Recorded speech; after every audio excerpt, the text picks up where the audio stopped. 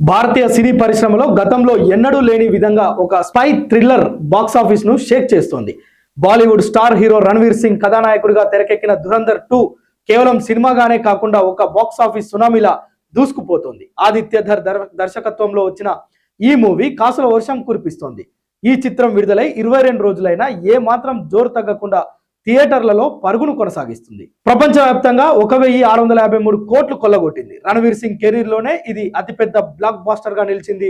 దీని digital streaming గురించి ఆసక్తికర చర్చ మొదలైంది.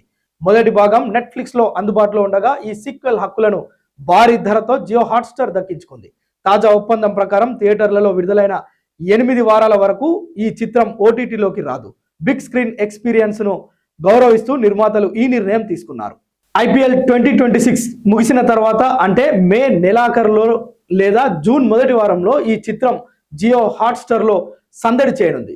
క్రికెట్ మేనియా తగ్గగానే సినీ ప్రియులకు అలరించేందుకు ఇదే సరైన సమయమని ట్రేడ్ నిపుణులు భావిస్తున్నారు. ప్రస్తుతం బాక్స్ ఆఫీస్ వద్ద కలెక్షన్లు బాగా రాబట్టడంతో థియేటర్లలో ఇంకా ఈ సినిమాను రన్ చేయాలని నిర్మాతలు నిర్ణయించినట్లు తెలుస్తోంది.